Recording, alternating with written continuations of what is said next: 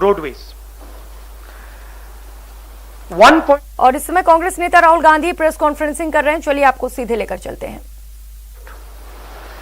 26,700 kilometre national highways, railways जो इस देश की रीढ़ की हड्डी है, जिसके बिना भाइयों और बहनों देश के गरीब लोग एक शहर से दूसरे शहर में नहीं जा सकते। आज जो लोग ट्रेन में बैठे हैं, आप सुनिए, 1.5 लाख करोड़ रुपए रेलवेज, 400 स्टेशन, 150 ट्रेनें, रेलवे ट्रैक और वुडशेड। और जो हमारे रेलवेज के एम्प्लॉई हैं, आप भी बात समझ लीजिए, जब ये रेलवे से छीनकर किसी प्राइवेट एंटिटी को दिया जाएगा तो आप समझ लीजिए आपके रोजगार का क्या होने वाला है। मुझे समझाने की जरूरत नहीं है। उसके बाद special gift, power transmission, 42,300 circuit kilometres of transmission network. Power generation, 6,000 megawatt hydro solar wind assets from NHPC, NTPC, NLC. National gas pipeline, 8,000 kilometre GAIL की पाइपलाइन। किसको जा रहा है आप जानते हो। Petroleum pipeline, 4,000 kilometre Indian oil corporation and HCL की pipeline. Telecoms, 2.86 lakh kilometre of Bharat net fibre optic network. BSNL and MTNL के टावर्स। वेयर हाउसिंग, किसान भाई आप इसको अच्छी तरह सुनिए, वेयर हाउसिंग 29,000 करोड़ रुपीस की warehousing, 210 lakh metric ton food storage. भाइयों और बहनों, आपको मालूम होगा कि ये 2010 लाख मेट्रिक टन स्टोरेज किसको जारी है, कहने की जरूरत नहीं है। Mining, 160 coal mines, 761 mineral blocks. Airports, 21,000 crore, 25 airports. किसको जा रहा है आपको मालूम। Ports, 13,000 crore, 31 projects, 9 ports. किसको जा रहा है आपको मालूम। Stadium, 11,000 crore, 2 national stadium. अब देखिए, ये जो एसेट्स हैं, इनको बनाने में 70 साल लगे हैं और इनको बनाने में हिंदुस्तान की जनता ने लाखों करोड़ रुपए अपना पैसा डाला है। ये पूरा का पूरा 3-4 लोगों के हवाले किया जा रहा है। आपसे कहा जा रहा है भाइयों और बहनों, क्या नाम दिया इसका, क्या कहते हैं इसका? नहीं, वो एक लाइन थी, नेशनल मोनेटाइजेशन पाइपलाइन। ये आपका भविष्य है।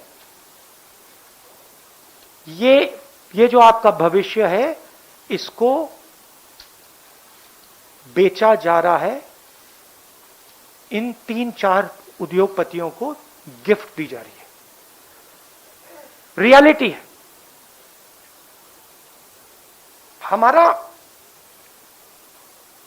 हम प्राइवेटाइजेशन के खिलाफ नहीं है। हमारा प्राइवेटाइजेशन का लॉजिक था। लॉजिक मैं आपको बता देता हूं।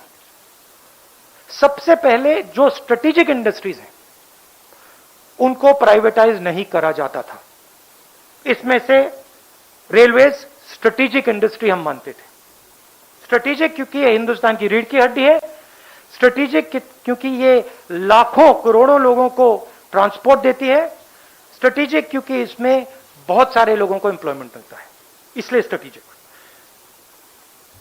दूसरी बात, जो इंडस्ट्रीज क्रॉनिकली लॉस मेकिंग होती थी उनको हम प्राइवेटाइज करते थे। जिन कंपनीज के पास मिनिमल मार्केट शेयर होता था उनको हम प्राइवेटाइज करते थे, और उस सेक्टर में हम प्राइवेटाइज करते थे जहां पे प्राइवेट सेक्टर की मोनोपोली की रिस्क हो। मतलब अगर सरकारी कंपनी मोनोपोली को रोक सके तो हम उसको प्राइवेटाइज नहीं कर सकते। अब यहां पे ये सारे के सारे प्राइवेटाइजेशन मोनोपोली बनाने के लिए करे जा रहे हैं, सारे के सारे। मैंने आपको नाम दिया है, power, telecoms, warehousing, mining, airports, ports, ये सब मोनोपोली बनाने के लिए किया जा रहा है। आप जानते हो पोर्ट्स किसके हाथ में है, एयरपोर्ट किसको मिल रहे हैं।